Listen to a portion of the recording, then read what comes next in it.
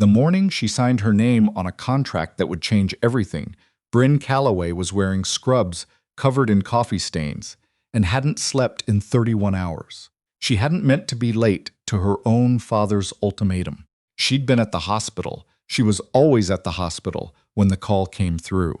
Her father's lawyer, speaking in that particular tone lawyers use when they're delivering news they find distasteful but professionally necessary. Your father's debts, Dr. Calloway. The clinic he co-signed for your brother. The men he owes. They're not the kind of men who send a second notice. Brynn had stood in the hospital corridor, still holding a patient's chart, and listened to the number. Then she'd listened to the solution. Marcus Voss was not a name she recognized, but the lawyer's voice changed slightly when he said it, a careful flattening of tone that told her everything. People in Chicago didn't say certain names the same way they said other names. She almost laughed. Almost. Instead, she drove across town in her 10-year-old Subaru, still in the coffee-stained scrubs, and walked into the kind of office building that made you feel underdressed just by existing in the lobby. Marble floors, the particular silence of money. A receptionist who looked at her without expression and said, "Dr. Calloway, Mr. Voss is expecting you." Her daughter was with Brynn's neighbor, Mrs. Huang, who'd watched Hadley on and off since she was 3 years old. Hadley was 7 now. Brynn had told her she'd be back by dinner. She had no idea if that was still going to be true. The office on the 42nd floor had floor-to-ceiling windows overlooking Lake Michigan. A man stood with his back to her when she walked in. Tall, dark suit, the kind of posture that doesn't come from good intentions. When he turned around, Brynn's first thought was that he looked tired. Her second thought, which she immediately resented, was that he was striking in a way that felt almost unfair under the circumstances. Marcus Voss was somewhere in his mid-40s. Not what she'd imagined. She'd imagined older. She'd imagined crueler looking. What she got was a man with dark eyes that took her in with an assessment so thorough it made her want to step back, and a jaw set with the particular tension of someone who always got what he wanted and knew it. "Dr. Calloway," he said. His voice was quiet. That was the first thing she noticed about how he wielded power. He never needed to raise it. "Mr. Voss." She didn't sit down. He hadn't offered. "I'm going to assume we can skip the part where you explain why I'm here." Something shifted in his expression, not quite amusement, more like recalibration. "Sit down. I'd rather stand." A pause. Then, to her surprise, he said, "All right." He walked to the desk and laid a document in front of her. 12 pages. She picked it up without touching the chair he hadn't offered and read it. Not skimmed read. She was a physician. She'd learned early that the details you skipped were the ones that killed people. By page 4, her hands were steady. She'd always been good at steadying her hands when everything else was falling apart. The arrangement was clean as these things went. A legal marriage.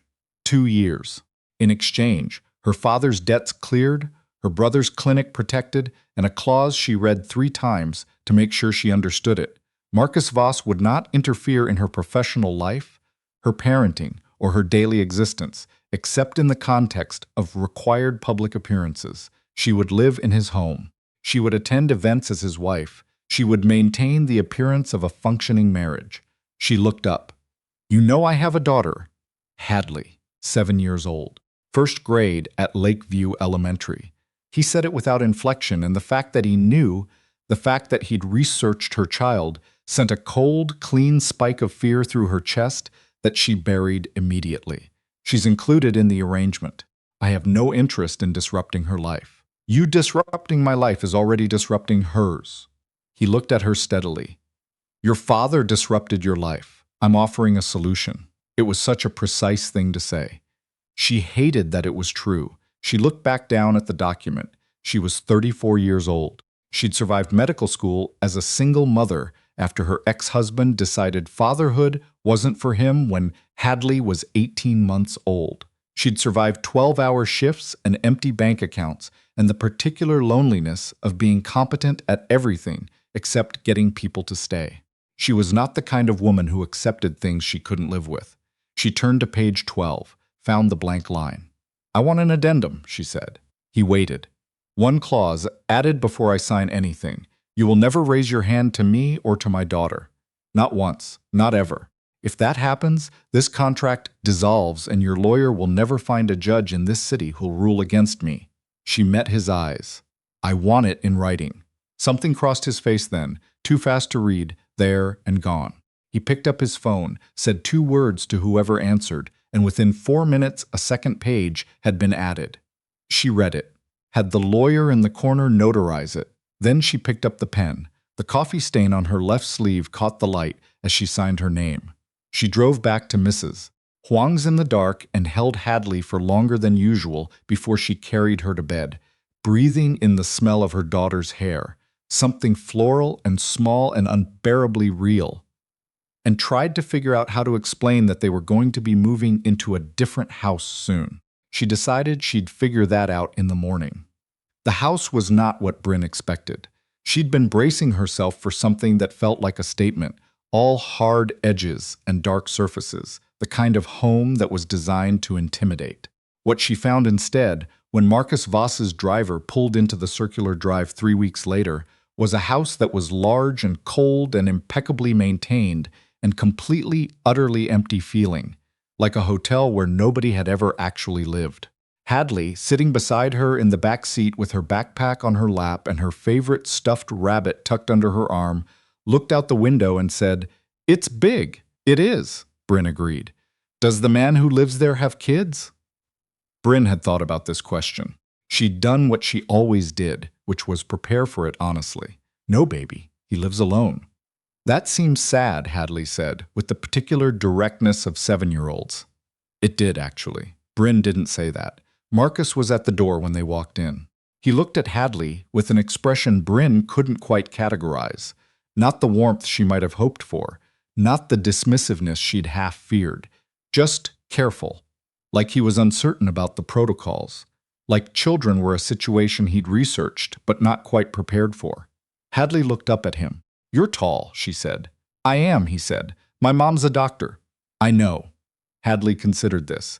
Then she said, "Do you have Wi-Fi?" And Brynn had to press her lips together very hard to keep from laughing at the expression on Marcus Voss's face as he processed this question.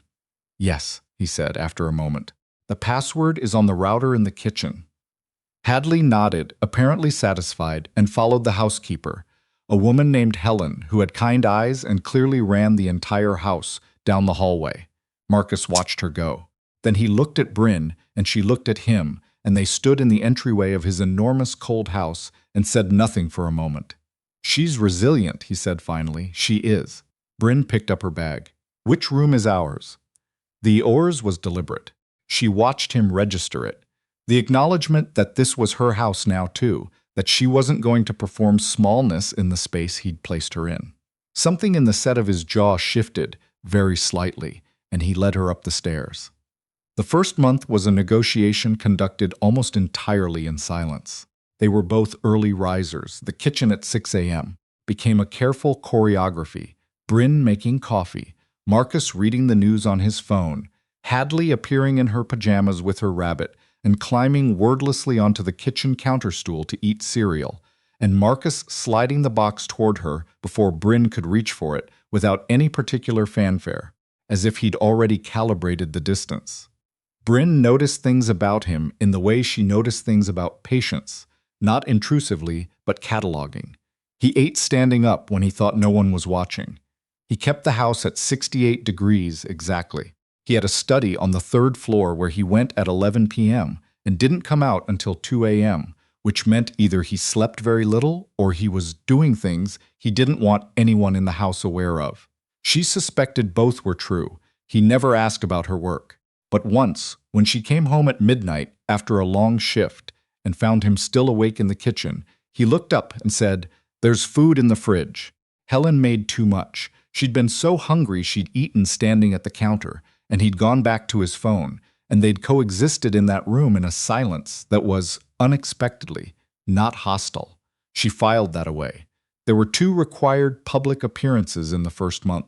A charity gala, where she wore a black dress she'd had to borrow from her colleague Rosalind and stood at Marcus's side, while people whose names she recognized from business sections talked around her, and a dinner with 3 men who had the particular quality of people who settled things outside of courts. She smiled when she was supposed to. She answered questions about her work with the quiet confidence she'd earned over a decade of medicine. She did not flinch. In the car on the way home from the second dinner, Marcus said, "You handled Sutter well." "He was testing me," she said. "Men like that test new variables." A pause. "And you knew that. I'm a doctor. Diagnosing what's actually happening in a room is a professional skill." He turned to look at her, really look at her, the way he hadn't quite done at the events where they were both performing, and she made herself hold his gaze in the dark back seat. "You're not what I expected," he said. "I know," she said. "I could tell when I walked in coffee-stained scrubs." This time, unmistakably, something in his expression moved toward something that was almost a smile. It disappeared immediately. But she'd seen it. She told herself it didn't matter. She told herself a lot of things that month. It was Hadley who broke open the careful distance. Of course it was Hadley. In Brynn's experience, her daughter had never once understood the concept of a wall she was supposed to leave standing. It was a Saturday morning, 6 weeks in, and Brynn was covering a half shift. She'd arranged for Helen to watch Hadley, which Helen seemed genuinely happy to do.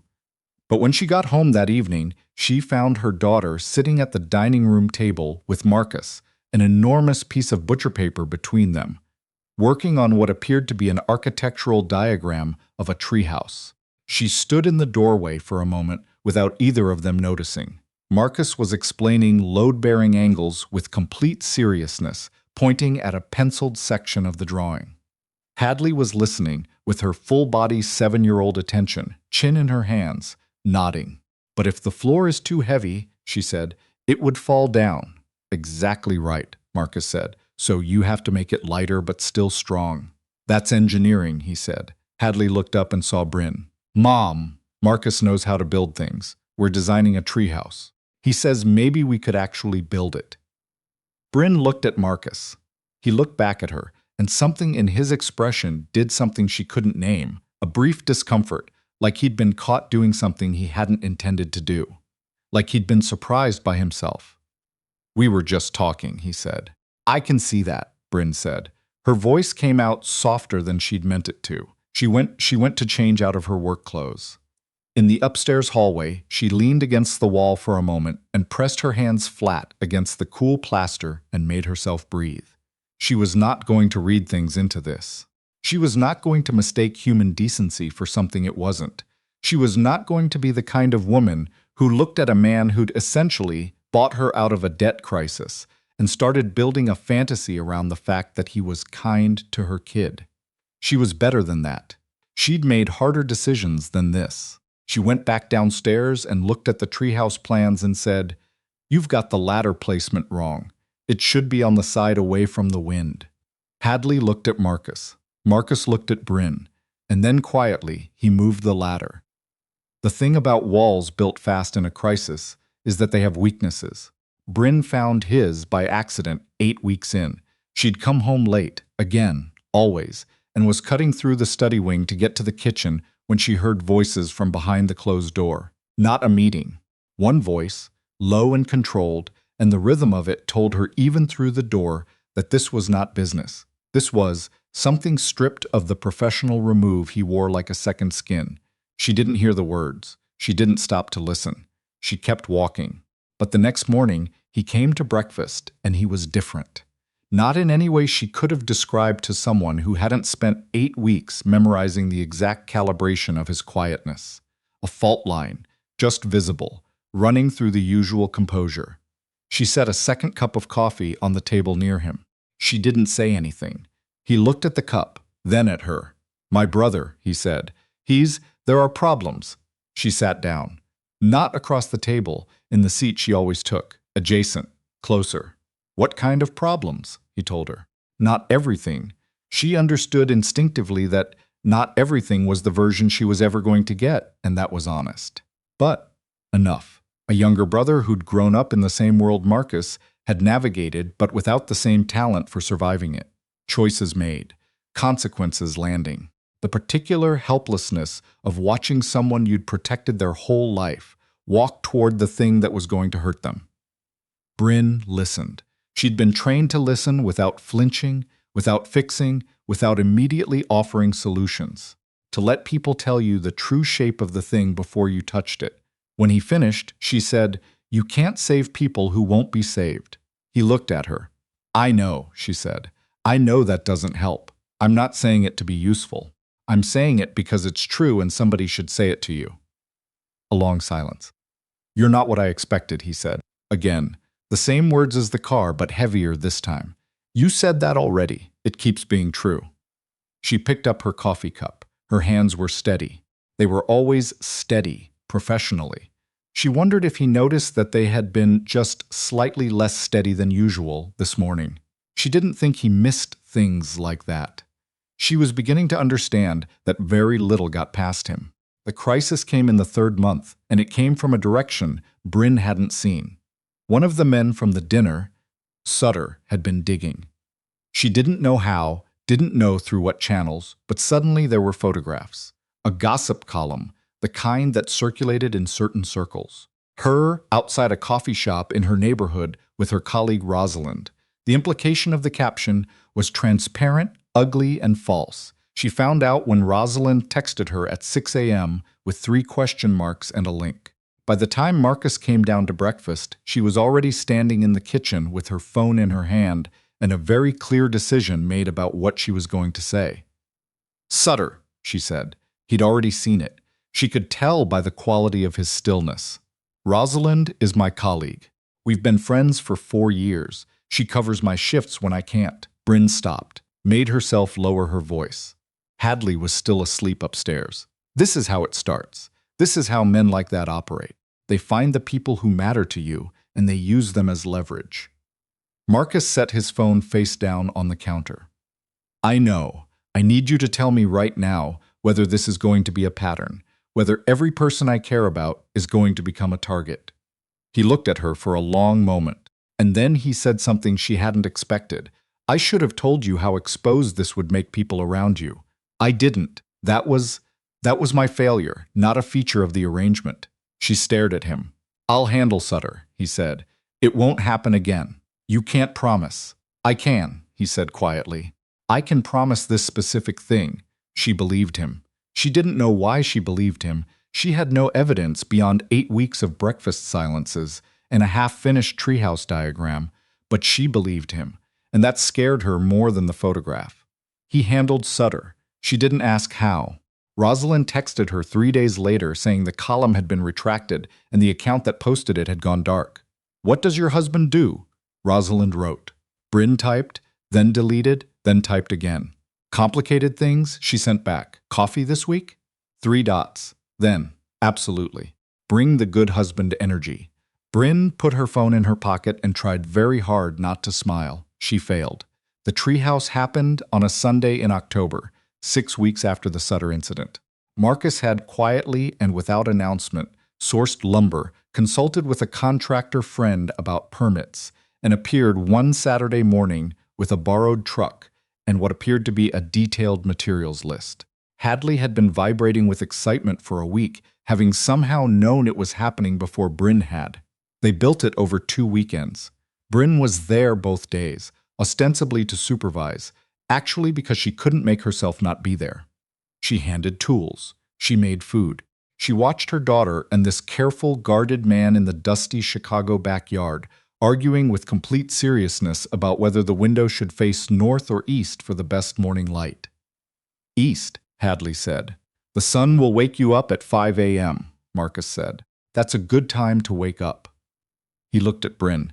She held her hands up. "Don't look at me. She's been a morning person since birth." Something in his face did the thing she'd been cataloging for months, that almost softening the near smile that appeared and disappeared too quickly. But this time, it lasted a half-second longer than usual, and for that half-second, standing in her backyard in October sunlight, with sawdust on her jeans and her daughter arguing about cardinal directions, Brynn let herself feel the thing she'd been refusing to name. She just let herself feel it, for 1/2 second, and then she put it away. The warehouse was not metaphorical. She heard about it on a Tuesday night, 3.5 months in, from Marcus himself, which was how she knew it was serious. He sat down at the kitchen table across from her, not standing, not with his phone, and he looked at her the way she'd seen doctors look at families in waiting rooms. When the news is real and they're not going to dilute it. His brother, it turned out, had made a deal with the wrong people. People who were not within Marcus's orbit of influence. And the nature of that deal, when it came out, wasn't just money. It was information about Marcus's operations, about the men he worked with, and this was the part that made the air in the kitchen change temperature, about the arrangement. Someone told them about us, Marcus said, about the marriage, about the contract. Brynn felt the cold settle in the center of her chest. Your brother told them. He said it was just context. That it wasn't, he said he didn't know what they would do with it. The careful flatness in his voice when he said it was the most unguarded she'd ever heard him. Because beneath the flatness was something that had been crushed underfoot by someone trusted. He told them to protect himself, she said. Not a question. A silence. I spent 20 years making sure nothing I did would land on anyone else, Marcus said. I was careful. I was always. He stopped. His jaw was set, hard. I built this whole thing so that what I am would never become someone else's consequence. She looked at him across the kitchen table. The man who'd stood at the 42nd floor window and assessed her like a variable. The man who'd slid the cereal box toward her daughter without making it a moment. The man who had sat here in this kitchen at 6 a.m. every morning for 3.5 months and built, without seeming to intend it, something that felt uncomfortably like a life. You made yourself into something to protect people who couldn't protect themselves, she said. And your brother made you into a monster to protect himself. She paused. Is that what happened? He looked at her. For a long moment, nothing moved in his face. Yes, he said. She reached across the table and put her hand over his. Just that. Just the weight of it, the steadiness she'd trained into her hands over a decade of medicine, the thing that said, I'm here and I'm not moving, and you don't have to hold this alone right now. He looked down at her hand, then up at her. You're very, he started. Don't, she said gently. You don't have to classify it, just let it be. The weeks after were the hardest, and also, unexpectedly, the most honest. His brother was handled. Not in the way Brynn had initially feared when she'd first heard the word handled in this world, but in the way Marcus actually did things, which was precise and contained and designed to minimize damage to everyone adjacent. There were conversations she wasn't in the room for, decisions made in that third-floor study at 2 a.m. But in the hours that were hers, the kitchen mornings, the evenings when Hadley had talked them both into watching whatever animated film she'd decided was essential, the nights when Marcus would find some reason to still be in whatever room Brynn was in. Something had shifted. They stopped performing the arrangement. She couldn't have said exactly when it happened. Just that one morning, she noticed she'd poured his coffee without thinking about it, that he'd started reading her a headline from his phone the way people do when they're assuming the other person is interested, that Hadley had started calling him Marcus with the easy familiarity of a child who had decided someone was hers. Brynn's colleague Rosalind asked her, over coffee, how the complicated husband situation was going. Brynn opened her mouth to give the honest clinical answer, that it was temporary, that it was a contract, that she was managing it fine, and what came out instead was, I don't know. Rosalind looked at her for a long moment. Oh, she said softly. Oh, Brynn. Don't, Brynn said. I'm not saying anything. Your face is saying something. My face is just observing that you've talked about this man approximately 40 times in the last 2 months, and every single time you look like someone doing math they don't want the answer to. Brynn stared at her coffee. It's a contract, she said. It ends. Does it, Rosalind said. Does it actually, or are you just saying that so you don't have to do the scary thing? Brynn did not answer this question. She paid for the coffees and drove home. She found him in the backyard, not doing anything, just standing at the edge of the property, looking at the treehouse in the early November dark. One light on inside it, the small string of lights Hadley had insisted on hanging, casting a warm glow through the east-facing window. Brynn stood in the kitchen doorway for a moment before she went outside. She stood beside him. Neither of them said anything for a while. Hadley asked me this morning, Marcus said, whether we were going to be here for Christmas. Brynn felt her heart do something she didn't fully authorize. What did you tell her? I told her I didn't know. He paused. I didn't want to lie to her. She'll respect that more than a lie, Brynn said. She always knows when someone's lying to her. She gets it from me. I know. He turned to look at her. In the dim light from the house and the small glow from the treehouse, his expression was unguarded in a way she hadn't seen before. Not the fault-line moments of the brother conversations, not the careful recalibration of the first months. Something more fundamental than that. I've been trying to figure out how to say something to you. She waited. What I told you about why I arranged this, it wasn't entirely true. He held her gaze, and she understood, standing there, that this was the hardest kind of honesty for a man like him. I've made myself not need things for a long time. I thought that was the same as being careful. He looked back at the treehouse. It isn't. Brynn breathed in cold November air. The treehouse glowed steadily in the dark. When the contract was drawn up, she said, I read it 4 times to make sure there wasn't anything in it I'd have to live with that I couldn't live with. I know. My lawyer told me. The addendum I asked for. She paused. I wasn't scared of you. I want you to know that. I was scared of making a choice I couldn't undo, of putting my daughter in a situation where she'd be hurt by someone I'd let into her life. He was quiet. She's already in that situation, Brynn said. She's already. Her voice did something she overrode. She loves this backyard. She loves that treehouse. She talks about you like you're a normal part of her life. She turned to look at him. I need to know if you're going to still be here when the 2 years are up, because if you're not, I need to prepare her and me, and I need to do it soon, before it gets worse. He looked at her for a long moment. The lake wind moved through the yard. The treehouse light held steady. I'm not going anywhere, he said. If you'll let me stay. She'd been doing the math, like Rosalind said. She'd been doing it for weeks. The careful tally of evidence, the diagnostic process, the way she managed uncertainty in medicine, which was to gather enough data to make the most honest call she could with what she had. She had enough data. She stepped forward and put her hand against his jaw, the way she'd held his hand across the kitchen table, steady and present and not going anywhere, and she kissed him once, briefly, the way she did most hard things in her life, without hesitation, once she'd decided. He was very still for a moment. Then his hand came up to the back of her head, and he kissed her back, carefully, the way he did everything, but without any of the distance she'd spent months watching him maintain between himself and everything that could cost him something. When she stepped back, the treehouse was still glowing. We should go in, she said. Hadley will be up in 20 minutes, he said. She sets an alarm. Brynn looked at him. You know her alarm time? She told me last week. She wanted me to know in case of emergencies.